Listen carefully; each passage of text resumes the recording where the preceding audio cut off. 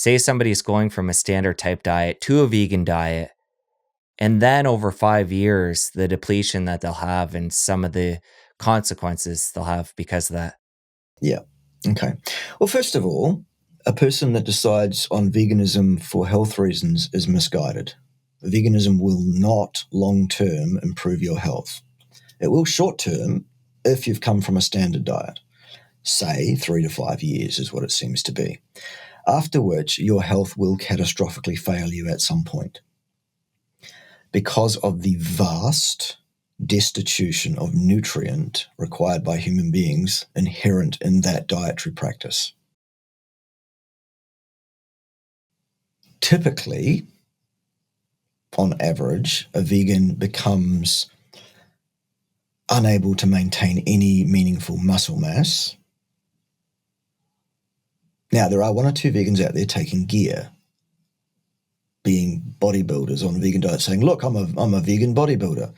Well, I'll tell you what, Charlie Brown, any extra musculature that you do have there is not to do with your diet so much. It's to do with the fact that you're taking gear, for example. There are also carnivores doing the same thing, by the way, so I'm not saying it's particular to vegans. So you'll have a loss of muscle mass. I mean, just go and have a look at some of these vegan promoters who've been doing this for any number of years. And what you will generally see is pencil necks, caved-in skulls, caved-in eye sockets, empty cheeks, lack of pallor, like ashen colour, sometimes even, heading towards blue or translucent. You'll find a deadness in the eyes. You'll find a lack of alertness. You'll find a lack of apparent energy. You'll find that they all speak with the same intonation for some. That's probably a cultural thing more than anything else. They'll have skin problems, generally nail problems, hair problems, says me. They'll have slow injury healing if they're getting injured doing anything, whatever, if they've even got enough energy to do anything that could get them injured, constant infections, all sorts of, basically these are people who are death warmed up, waiting to cool down, precisely because, I actually refer to veganism as the church of anorexia vegana, because it really is exactly that. It is totally inappropriate to attempt to get nutrition from plants. That will not work well long term. So that's kind of where it is. So will it support your health long term? No, it will not. Is veganism better for the planet? Absolutely not under any circumstances. It's vastly, hugely worse in terms of environmental impact, numbers of associated cause and effect animal deaths, et cetera, et cetera, et cetera. There is absolutely no rational argument that can say that a vegan diet is better for the environment than a meat-based diet. Just does not work. And thirdly, if they're saying I'm doing this for ethical reasons, once again, you're mistaken, because what you're doing is destroying your health. That's not ethical. You're misguiding everyone you're talking to about how great veganism is and telling them they should do the same thing. That's not ethical. You are causing more damage to the environment than 100% carnivore is, absolutely demonstrably without any question.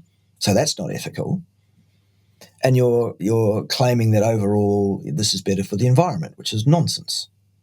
Example, any plate of plant-based slop that might be something like food, but not to a human being, that these vegans eat every day, multiple times a day in fact, has plant materials shipped, flown, and bought in from all corners of the earth, having been grown in monocrop, destructive, death areas, really, to destroy the natural environment. Because of the amount of meat I eat, would eat the equivalent of about 1 adult cow a year. And guess where that cow grew up?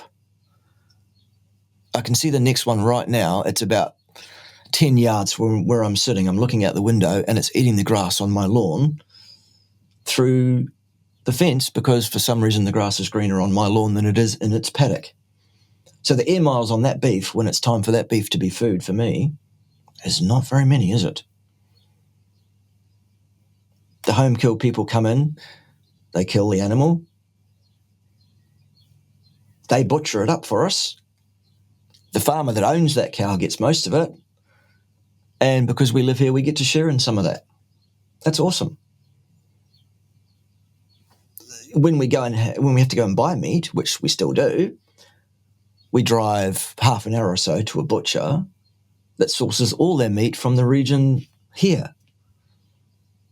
And it's all beef that's been grown on grass, that grass being grown by rain.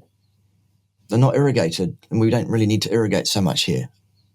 Because, again, we've got good grass, we've got good rainfall levels, and that, the environmental impact of that is basically none. In fact, cattle is the very thing that makes grasslands viable as a habitat and as a way of upgrading unusable protein to usable protein for humans.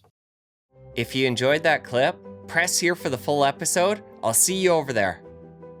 Insulin resistance is a normal, natural, indicated, and useful biological process. It is not a pathology, and it is not the cause of diabetes. The diet that these so-called scientists